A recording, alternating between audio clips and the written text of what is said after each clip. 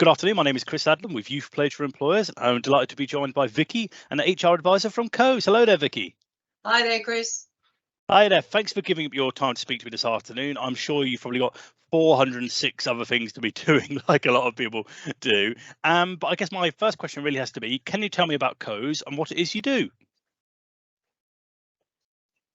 Okay. Well, Coes is predominantly a menswear retailer. But having said that, we do clothing retail for women's wear. In Ipswich, we've got a sports department. We look after 35 schools and their uniforms. That's 15,000 pupils. We also do hire wear. We've got a lovely gift selection. But we do have women's wear as well. But we focus on the fact that we started off as a menswear retailer. That's really interesting. And as you say, you've gone into different ranges there, as you say, from the original menswear. What kind of people and roles do you have within the organisation to facilitate all of those different arms of the organisation? Well, I mean, we have sales assistants on the shop floor. Those roles can develop into being the buyer for a section. So you might be the buyer for gifts or menswear. There might be a group of you. Quite exciting. We've had two of the buyers go off to Dusseldorf this week for a show. They were in Florence earlier this month. So, it's quite an interesting job. Obviously, we have cleaners and our sort of backroom people that keep us going. So people like myself, our accounts team, our e-commerce team. So the people that look after our website, our marketing team, who also do all our social media posts. We do alterations and repairs to clothing. So we have a team of alterations tailors. Our website over the years, and particularly since COVID, has really come on. And we do have a pick, pack and dispatch team who download orders that come in online and go and pick them off the shop floor. We've got a team of van drivers because we have five branches. So there's all sorts. We've got all sorts here. I mean, it's really interesting, and half of the job titles and different functions you've said there, if you asked me to guess, what roles you had, I wouldn't have guessed half of those. So if we look at some of the roles specifically, so if we look at, say, one of your buyers, one of your internationally traveling buyers going off to Florence and Dusseldorf, what kind of soft skills and core skills do they have that allow them to sort of flourish within their roles? I mean, they have to be really good at negotiation. We need to get the best price possible. So our buyers tend to have been with us for a number of years, so they also know our demographic, our customer group. So they really do. And for some of our customers, it's almost a personal service where our buyers will look at something and think, I know what group of customers would like that. And then the range will develop from there. So the buyer really dictates what we're having in the shop. They do have conversations with our managing director about changes. This year we've got a lovely dark green 3-piece suit, an unusual colour, but we're giving it a go to see how that goes. It's beautiful. I wish it was a woman's suit, but unfortunately it's not. And you spoke about how obviously some of the buyers, like, they progress from sales assistants and from maybe they, I don't know, they've come in the door as, say, a 17-18-year-old, whether it be a part-time thing or something like that. Speaking as yourself being the HR advisor, you've probably seen CVs, job applications, all those kind of things. If you were looking at, say, a 17-18-year-old's application for Coes at the moment, what would be the kind of things you'd want to see on their CV, either things they're doing in their spare time or the way they describe themselves, that would make you think, what, you'd be a good fit here? I mean, our focus that we think sets us apart from other shops on the high street is our customer service, and that's why we have all these other jobs and the tailors and all the rest of it. So what we're really looking for is someone who understands we need to put the customer first, and it really doesn't matter what job you do in Coes, whether it's in our accounts team or whether it's in HR or whether it's on the shop floor. It's always thinking about, is this making our customer experience the best it can possibly be? So really, anyone who's got experience of customer service, even if it's bad customer service, it's all learning. And confidence really dealing with people. If you've had that role, even if it's volunteering, where you've been out and you've had to deal with a range of different age groups and what have you. Those experiences are really helpful to us, and really having the confidence, because the customer, you need to be able to help them, but you also need to gauge when to step back and leave them to go and have a look. So it's confidence and communication and understanding customer service, I think. And I guess alongside to go all of those, as I say, you've mentioned sort of, I know it's more on the buyer side of things, that, things change. Sometimes, as I say, fashion change. Sometimes you bring in an item and it doesn't work. Sometimes they do, Yeah. and I'm guessing that there's within multiple roles in the Coes, I'm guessing adaptability and ability to learn and progress must be, important in all the different roles. Oh, absolutely. I mean, our gifts, shirts and ties buyer came to us as an apprentice. She did a retail level 3 apprenticeship or level 2 apprenticeship. She's developed, she's now buying, she's now sort of moving on in her confidence levels and starting to engage with the team to help get them to merchandise her areas and monitor what goes on.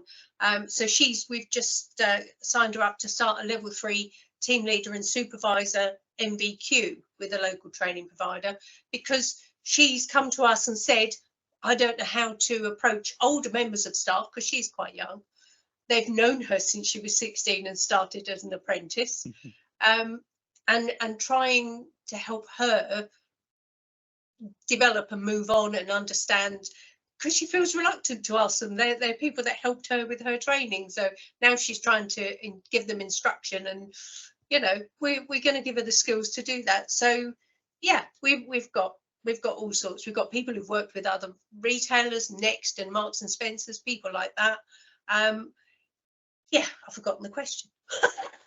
Yeah, no. You've answered it really well there, and you actually raised an interesting point, especially around customer service. Where, how do I put it? People's awareness of customer service has never been greater. Whether it's good or whether it's bad, because there are so many different platforms for people to share it on. I say promote experiences, both good and bad. It's something that people have never Yes. needed to be more aware of. So I was about to say, how do you as an organisation tackle that? But as you sort of give some examples there, I guess you look to upskill and train staff wherever possible. Absolutely. And I mean, we wouldn't send someone out by themselves the first time. They go out with a senior buyer and they'll go. There are trade shows. We instigated something called the Independent Menswear Consortium, which is independent menswear companies across the UK, and they get together each year with independent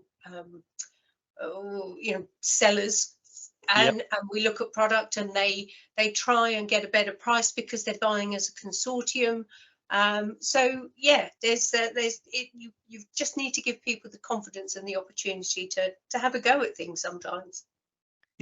And sort of, if we look at sort of opportunities there, and sort of, I ask this question to everyone, actually, all the employers that these employer talks with, is that different opportunities come up on different days, and I know there's no such thing as a typical day. Throwing that right out there, doesn't exist. Doesn't really exist. So whether it be a buyer or someone who's our customer service assistant out on the front, what do the good days look like within Coes, and what do the challenging days look like? What do the good days look like? The good days look like days when the customer comes in, we've got the size that they want, that we can, we haven't got too big a backlog in the alterations department, so we can make the alterations quickly. We can upsell and cross sell, and maybe suggest a shirt to go with that, or a belt, or a pair of shoes. So a good day is where the customer leaves and you feel you've given them an experience that they've enjoyed. The more challenging days are when usually the run up to Christmas. That's always fun. Yeah. And the back to school, with lots of children, lots of parents. Some parents will leave it until late in August to get school uniform. Totally understandable if their child is growing like a weed. But unfortunately, by the end of August, what we have left in our 2 warehouses of schoolwear stock is thinning out. And so, it gets very fraught. It's getting close to school starts, and the stock is dwindling, and the alterations team are up to their eyes, and they're the not so fun days. Yeah. And I'm guessing on those days, though, that's where, as we've sort of said, that's where the training comes into play in the customer service training. That's where, being a positive team and relying on everyone comes into play. Because I say, to get you through those busy periods and those challenging days. Absolutely, definitely being a team player, being willing to, you're not. I know the shop is supposed to shut at 5:30, but if a customer is here and still wants service, we stay and we service. We don't go at 5:30. It might only be 2 or 3 minutes, but all of that is appreciated, and you get it back, probably tenfold from our MD. I completely agree, and as I've said, like everyone is always very quick and remembers the bad customer service experiences they've had very, very well. I don't know if it's just a British thing, but as I say, we're less inclined to talk about the positive in Yes. customer service experiences, even though, as I say, we have them, we remember them well, and we value them so much. Yes, absolutely.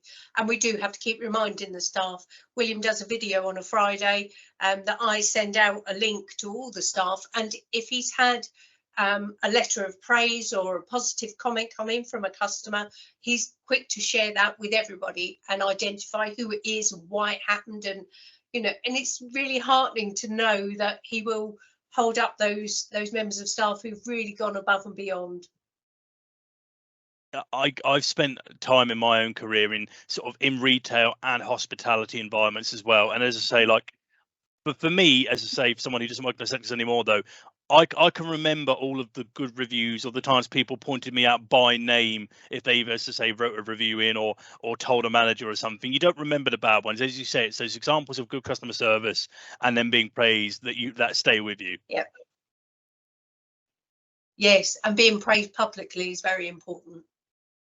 Definitely, and it actually leads me quite nicely onto my last question, Vicky, which is, I've asked this to all of the people I've done these employer talks with, which is sort of, we've spoken there about sort of the experiences people have had, the kind of things they learn. If I was to ask you, if you could go back and speak to, say, 17, 18-year-old Vicky, you're about to go out on your own career journey again, taking into account sort of maybe things you've learned, mistakes you've made and learned from, things you've seen other people do and learn from, what would be the one piece of advice you would go back and give to your younger self? There was an event that really sticks in my mind, and it was an occasion. I was about 18 at the time. I worked at an optician's then as a receptionist, and we were trying to move our practice from one building to another, and we'd got some help from a couple of young lads, probably my own age, and I was trying to get them to move our stock from one building to another. And I remember one of them turning around and telling me I was really bossy, and it was the one thing that's what I took from that whole experience. Not this fantastic, I set it all up and I did all of this, and it was that I'm bossy. And that, for many years, I took that very much to heart, and I wished now that I could have gone back and said, no, you're not bossy, you just are being direct and you know what you want. Just because they don't like to be told, maybe by a young 18-year-old girl, it's not your fault. And that, for me, that's my gem. I really wish I could go back and just say, don't take any notice.